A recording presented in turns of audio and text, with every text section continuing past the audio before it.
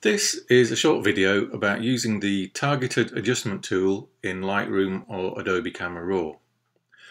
I've got an image open in Lightroom at the moment in the develop mode, and I want to make some adjustments to the colours in the HSL panel. So if I choose that down here, I have Hue, Saturation and Luminance, which I can alter the colours using. So I can go for the sliders, as is the normal way, and alter the saturation of any of the different colours,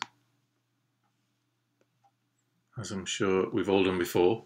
However, over here on the left top side, there is a little thing that says adjust saturation by dragging in the photo.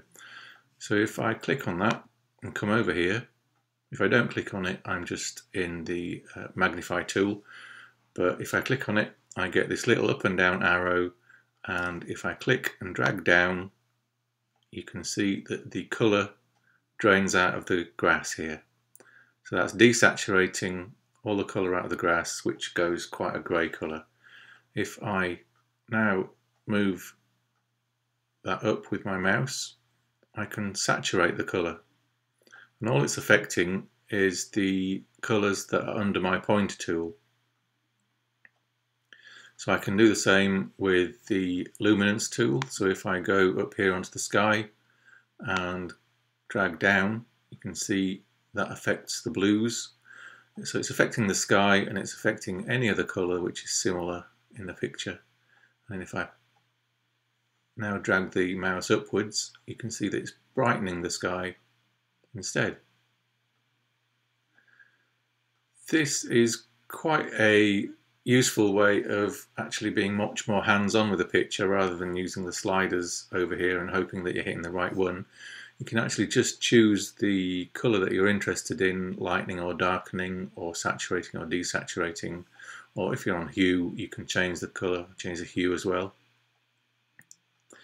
Not only that, if you go back to basic and turn the colour to black and white,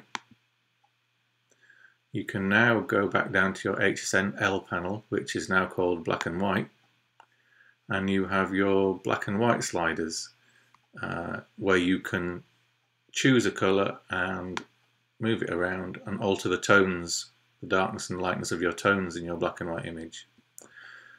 But you've also got the targeted adjustment tool in the black and white panel too. So if you click on that and come over here, I can now darken or lighten the particular tones in my grass. I can make it quite light. Similarly, you can choose the bricks on the building and darken or brighten the brick tone. And the same with any colour or any tone. Now this is very similar in Adobe Camera Raw, so if I go now to an image in ACR, I have this new image, and I can just do exactly the same. The targeted adjustment tool is just there on the colour mixer panel, so I can just click on that, and then I can go to any of the colours. So I can choose the brown of the tree, and at the moment I'm on luminance, so it's brightening or darkening that brown on the tree. If I go to saturation, I can do the same thing, so I can choose a green tone up here and really desaturate it or increase the saturation. Similarly, I can go to black and white up here, turn the image black and white, and then my colour mixer panel turns into my black and white mixer panel. I can do the same thing, so I can choose any of the tones that I like and make them darker or brighter. It's just a really intuitive, hands-on way of working. You can also see which colours very quickly really sort of work on which tones in your picture. So I can see that in this particular tree trunk I've got lots of yellow and a bit of orange. And if I want to fine tune it, I can always, now I've seen which ones fine tune that tone, I can just grab the slider and work that up and down very gradually and tweak it to my taste. Just before I end this video, I want to share one more thing that I have quite recently learned.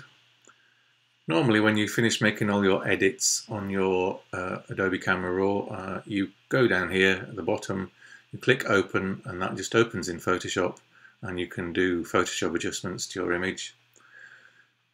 But you can't easily go back and make adjustments in Adobe Camera Raw in case you realize that you've made some adjustments that you weren't happy with.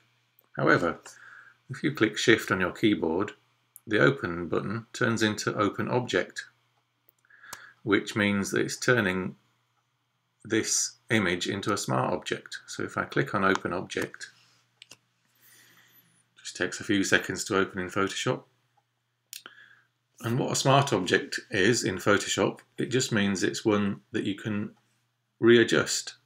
So I can do any adjustments I want here in Photoshop, and because my little thumbnail of my image has got this smart object little symbol on it, all I have to do is double click on that thumbnail and it opens it up again in ACR, and I can make similar adjustments or different adjustments according to how I feel on the day, and then click OK, and that just goes back into Photoshop again.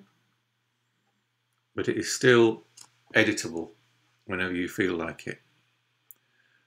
And you can do that again if you use filters. You can make any filter that you use in Photoshop into a smart object, and it means you can re-edit them at any time by clicking on the thumbnail.